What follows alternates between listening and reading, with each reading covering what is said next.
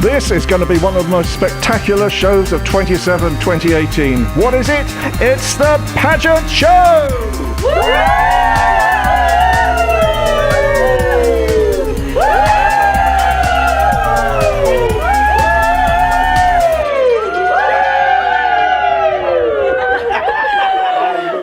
Hello, my name is Tim Fox and I'm a pageant photographer.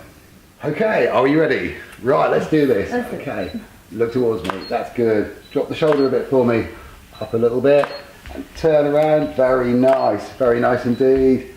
Bring the head towards me a little. Nice, okay. Show me a little bit more back. That's nice, bring your head towards me a touch. Right, okay, look off camera for me. That's good. Turn towards me a little bit. That's great. Thank you.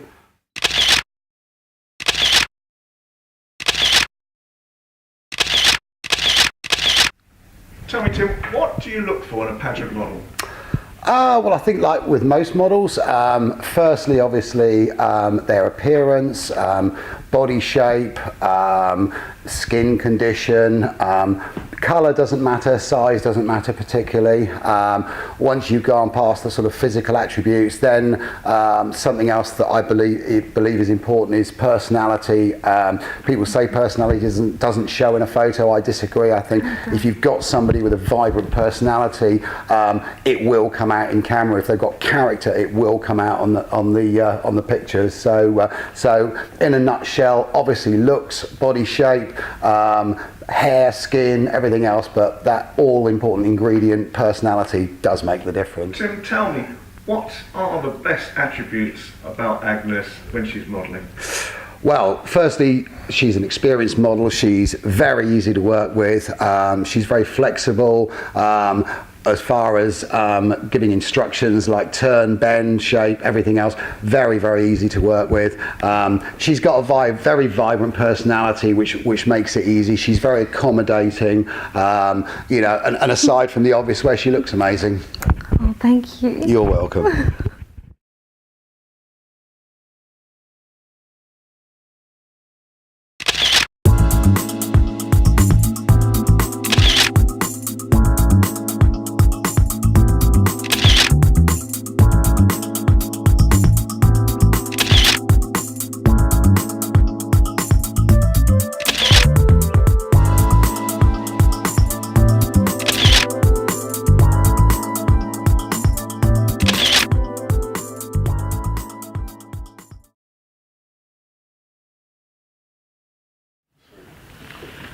Okay, so now we have 13-year-old Chloe Dixon, who's come all the way from West Bromwich today, an area I know quite well as well. I actually trained in Wednesbury Further College of Education, so not far away. Catwalk and dancing. Tell me a little bit about the types of things that you do at the moment. I do pageants and aerial circus. Do you? So tell me, what is aerial circus? So you see people with the silks hanging from like the ceiling and stuff, and they dance all in the silks and the hoops and things. So that's what I do. And you've got this desire to have dangerous pursuits, have you? Yeah. How hard is it to actually sort of learn something like this? You need like a lot of strength to hold yourself up and things like that.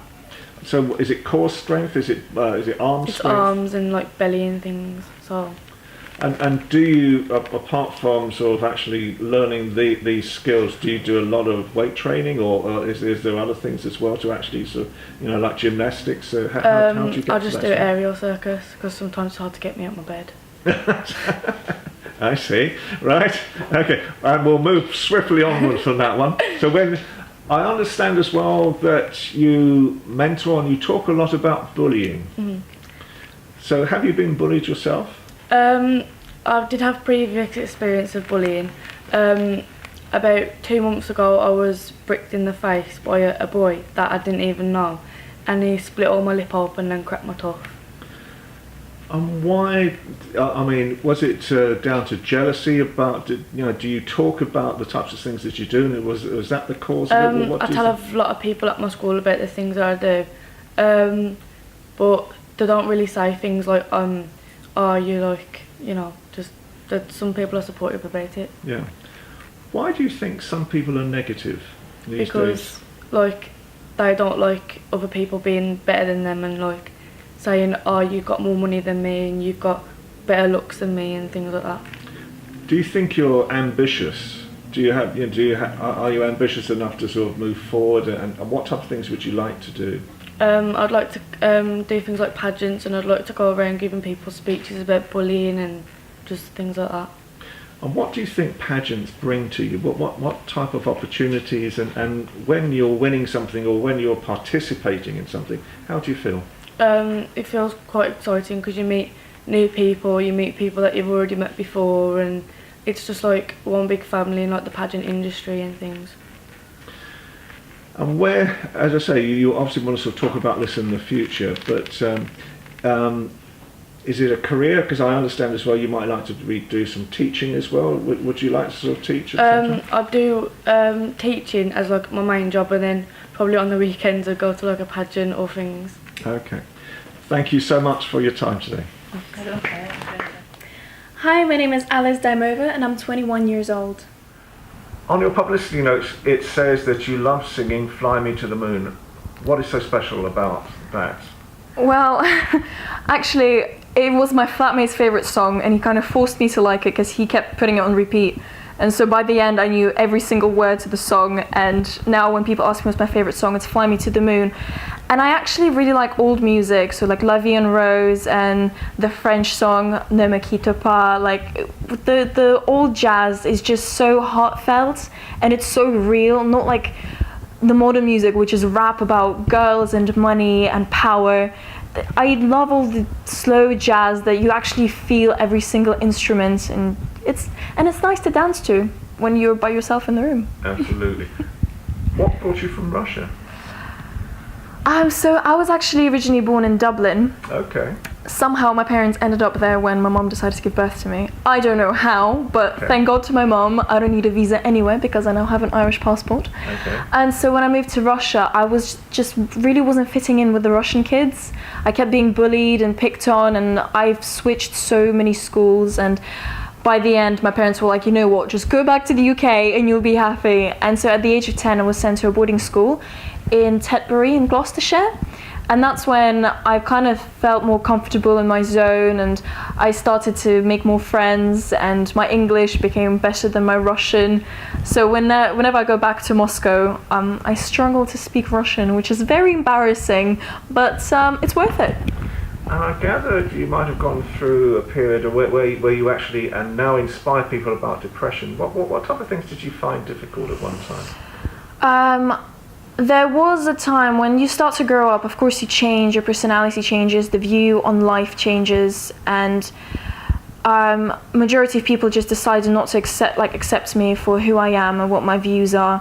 And coming from an Eastern European country where people can be quite racist and homophobic, and it wasn't nice to be picked on. And then the only person who I could go to was my father, who really understood me.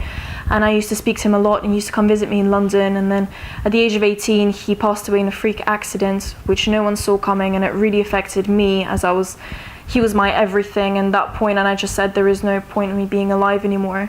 And there was a time where I just said, no, I don't want to do this anymore. But then I got up and I continued fighting for what I believed in, for my future career, inspiring my younger siblings. And I had a friend by my side whose name was Ebony, and she kept feeding so much positivity in me, and she kept motivating me with the happiness. And I was blinded by that happiness until January this year, where I was told that she committed suicide. I was blinded by that fake happiness that she was trying to help me get through tough time. And I was so upset with myself that I was so selfish of saying, oh, I'm not okay, can I get more of your happiness? And then I was too carried away in my own world and ask her how she was doing. So I want to inspire kids saying it's okay not to be okay. You don't have to keep being happy and faking it and, trying to inspire the people. You need that time when you go up to someone and you say, I'm not okay, can I just cry into your shoulder? Can I speak to you? Can we watch a movie together? Because I don't want anyone else to end up in that situation like my friend, when no one would listen to her because she was so happy. Like one of our friends just now said that you never know what's behind like their smile. You never know what's eating them up inside. And that's why I want to go around school saying, first of all, words hurt. So bullying is horrendous. That's the start of the young depression, because words can hurt more than the broken bones. So I want to end bullying. Even though it's such an impossible thing to do to end bullying, but I want to start working on it, and I want to use my pageant platform to tell kids, stop it, you have to support everyone, you have to ask if they're okay. If they're not okay, give them a hug, give them a cup of tea, make sure they're okay. And the main person I want to inspire is my younger brother, who actually was there when my father passed away, and he saw everything. And since then, he was bullied in school because, like, you know, kids can be cruel. And my brother was picked on by saying, "You don't have a dad. You don't have a say in this." And when I hear this, I actually want to burst into the school, and I want to shout at every single one of them, being like, "How could you be any more selfish than that?" And yeah, so that's the thing I want to talk to. And I am actually planning to go around schools in the UK and Scotland and talk about it. How do you think pageants help in sort of giving you the inspiration as well? Do you think it's a good thing for young people of your age group to be competing in pageants? It is a very strong confidence booster. Like I said, when I went through a very tough time, I only got better in June, and Miss British Empire was actually my comeback, and it was so amazing to be back on stage and being interviewed on stage and meeting so many people. I was actually so overwhelmed by meeting so many people, because I was so isolated from the world, and then coming in and being welcomed by such amazing and talented people. I think pageants, it is the best place to make friends, network, build up your confidence, learn so much. I've learned so much about myself during this pageant. I'm actually quite surprised. And that's why I think pageants is actually very good to kind of find out more about yourself and bring up your confidence. Alice, thank you so much for your time today. Thank you so much.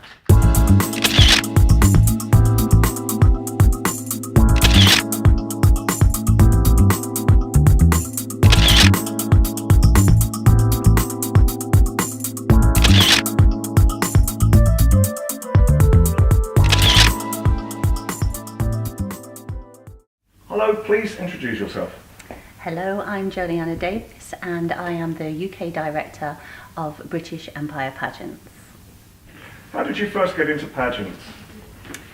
My first introduction to pageants was actually as a sponsor. I was a sponsor of a contestant, and I got to see the magic of pageantry from an audience perspective, and I was rather intrigued to learn more. And you run a couple of pageants now. One, Miss Bombshell, I think it's called, and the other one is British Empire. Tell me a little bit about the competitions, the pageants. The two competitions that I work with are rather different to each other. However, there's a few key things that the majority of pageants have in common, and that is empowerment, equality, networking power, community spirit, and a really nice network of friendship. And how can people get in contact with you? You can contact me by email, which is england@missbritishempire.org. There is also a Twitter and Facebook page, which is simply Miss British Empire. And tell me, there's an awful lot of charity work goes on these days as well. Tell me a little bit about that. Indeed there is. A huge percentage of contestants who wish to join a pageant system, they already have an existing platform, they already have an existing cause that they want to promote. Sometimes it's their very own charity that they founded from the ground, and being a pageant contestant or a title holder gives them a voice. There is a conception or a belief that pageants have created the charity aspect to legitimise what we're doing, and that's very incorrect. As I said, a lot of the contestants are coming into these events with their own charity, and if they don't, if they're joining a system that has a particular charity that they're encouraged to support, what I would say to the critics is the thousands and thousands of pounds that UK pageants raise for various charities across the country I'm pretty sure that the recipients of those thousands of pounds, they're not too concerned about where that money came from or the motives of the ladies and gentlemen they're raising. But in most cases, in 99% of cases, that money is raised with a true and good heart and a lot of dedication and hard work from pageant contestants across the country. If you were to say one golden rule about pageants, entering a pageant, what would it be? Funnily enough, it's very simple. Just be yourself. Pageants are open to everybody, and a winner, a true queen, is somebody who shows herself in her true light, her best light, with a true, open, honest heart. And you have all age groups in pageants these days?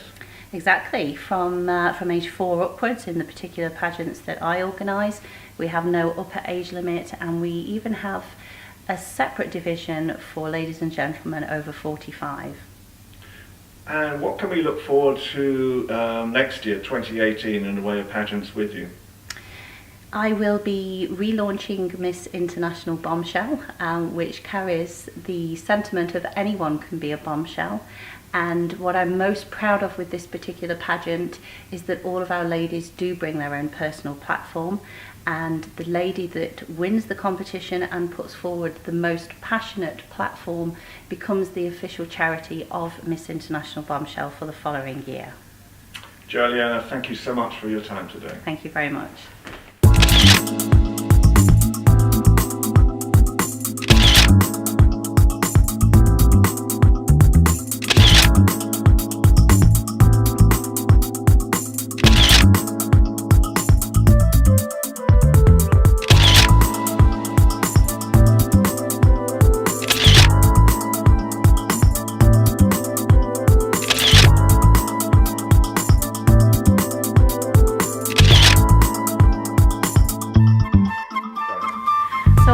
To take a few moments to talk about the different attire that you would potentially wear as a contestant on stage and also in the preparation for pageants. I wanted to start by inviting to join me the lovely Hannah, and today we've tried to set an example dressing in an appropriate wear that would normally be expected to be seen in a pageant interview. Could you perhaps add a little bit to that, Hannah? Well, what I'm wearing today is very typical pageant interview, usually off the shoulder, some kind of form-fitting tight dress, usually what you'd wear maybe in a professional interview for a job, but minus the jacket. So I keep it clean, simple, block colours, and quite structured, because ultimately you are interviewing for a job of the Queen. So, you know, the Queen of that particular pageant system. So it's important to look professional and clean and polished. Professional with an edge of glitz, as Yes. Hannah demonstrates beautifully Or with the earrings. earrings. I have some beautiful earring envy earrings, so glamour always goes a long way, yes. Perfect. And on stage, there's a conception that the contestants are encouraged to spend an awful lot of money on gowns, which isn't always the case, and we're going to take a moment just to show a more affordable approach to pageant wear. So our two beautiful models today are actually wearing an example of two pre-loved gowns available at Bedazzled Boutique.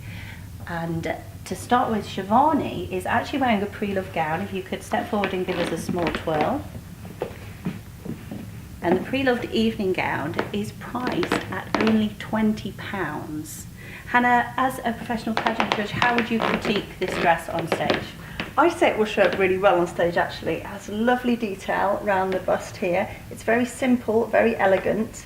Strapless always looks fantastic on stage, and especially with that necklace, I think it's a really simple, classy evening wear dress, especially if you're just starting off in pageants and want to kind of get a feel for the, your wardrobe and everything. I'd say it's a really lovely first evening gown choice. Perfect, thank you very much. And Alice, if you could step forward. So Alice is also wearing a pre-loved gown, and the particular style of this gown is very popular because of the jams and because of the fishtail detail towards the bottom.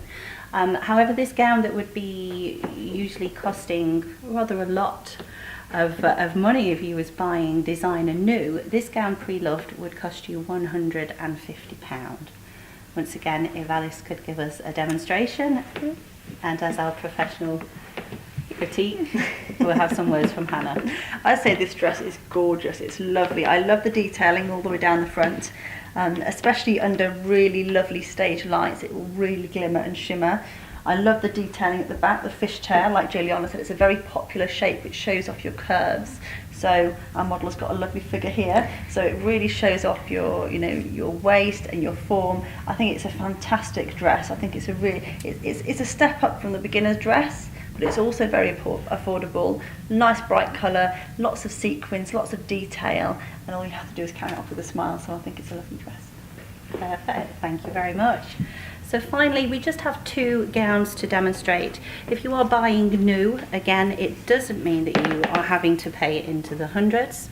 So the first gown, royal blue, which is particularly popular this pageant season, the royal blue shade.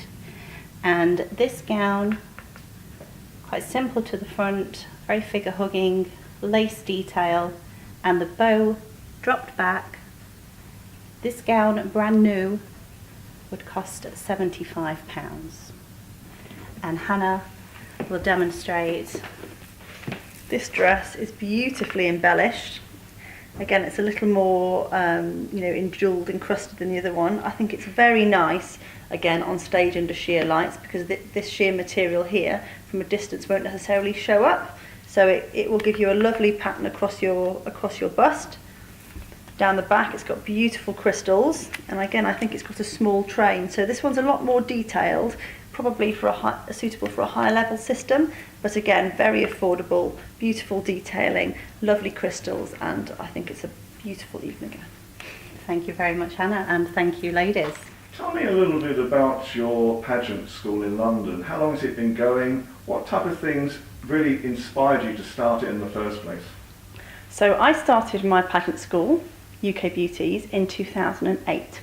Now, when I started competing, there were only 3 competitions in the UK. There was Miss England, Miss Great Britain, and a smaller one called Queen of the World.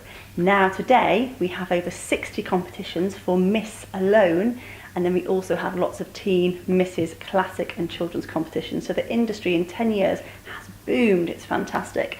So the reason why I started my school was because I didn't have anybody to teach me, and there really was a fundamental lack of coaching, of genuine teaching, and of people who could really help pageant contestants.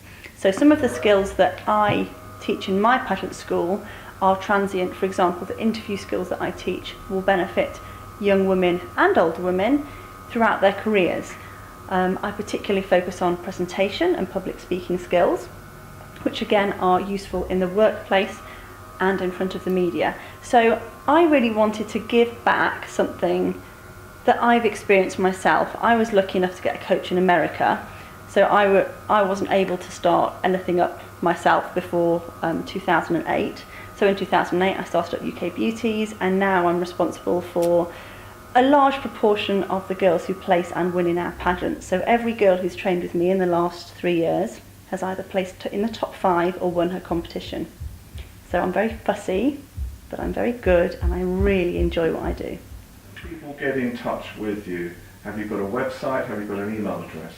I do. I have ukbeautieslimited@gmail.com is my email address to get in touch, and my website is www.ukbeauties.com. And are you on things like Facebook? I'm on Facebook, yes. I'm on Instagram, and I'm pretty much going to be at every pageant that you'll see coming up over the next few months, so hopefully I will see you there. And how long is an average course? I do a range of courses. I do phone training over the phone. I do home visits. I do training days, which are 6 hours one-to-one. So I only ever do one-to-one. At the moment, we don't do classes. I only do one-to-one. So you have my undivided attention and my undivided time. So anything from 2 hours to 6 hours a full day. And I actually do packages as well, where I will give you a training day, and then I will follow you all the way up to your competition and be backstage with you and support you backstage. So a range of training options, and a range of prices, and a range of services from my company.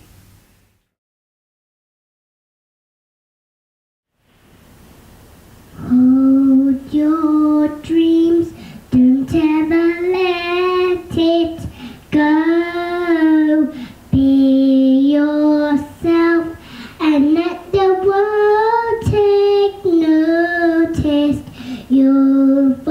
fighting strength when people bring you down.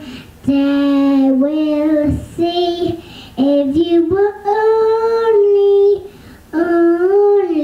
believe. See, I want to be a lady, ever so smart and posh.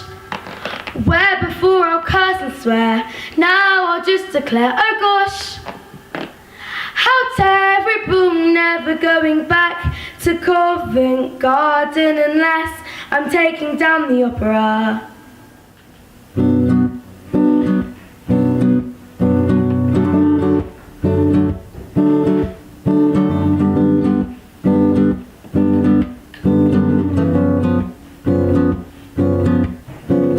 Drown me in my daily cup of tea.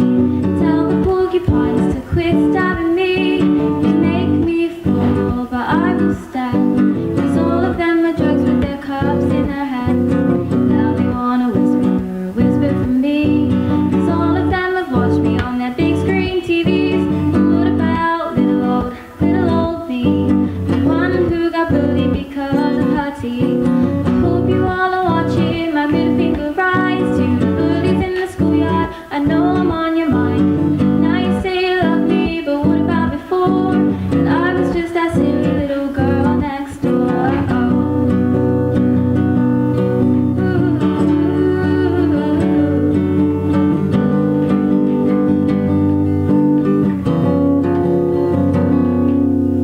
Ladies, oh ladies, why are you so mad? Is it 'cause I am classy and you're a trash bag? Your teasing and laughing resonates through my heart. And now you're calling me 'cause you want a fresh start. Now look at you boys, you can't believe your eyes. You told me I was ugly and I took by surprise. You should have been nicer 'cause look where I'm at. Why you copy Mac Miller wearing snapback hats? I hope you all are watching my middle finger rise to the bullies in the schoolyard. I know I'm on your mind. Now you say you love me, but what about before? And I was just that silly little girl next door.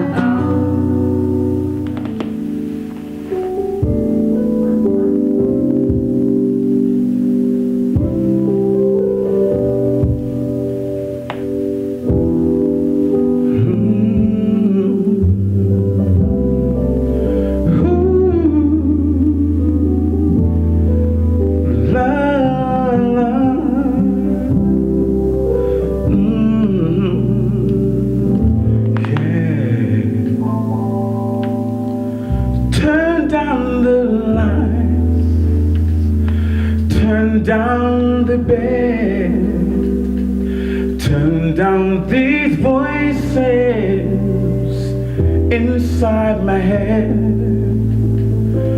Lay down with me, tell me no lies, just hold me closer.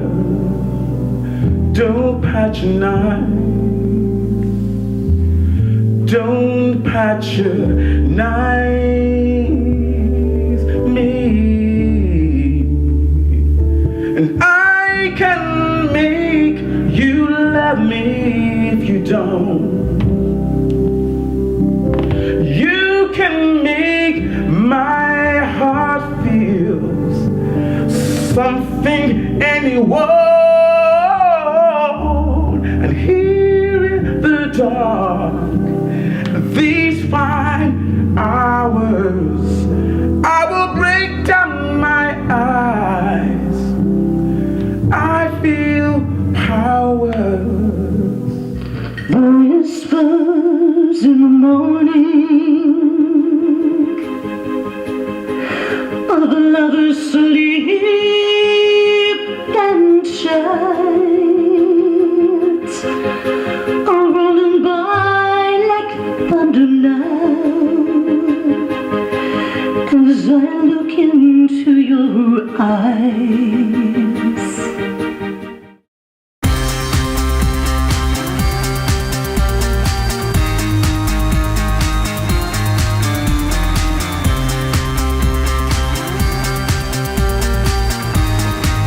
And what another fabulous show this week. I hope you've enjoyed yourselves. Look at all these wonderful ladies and gentlemen here today, all teaching you different things. Keep watching the show, and it's bye for now. Bye.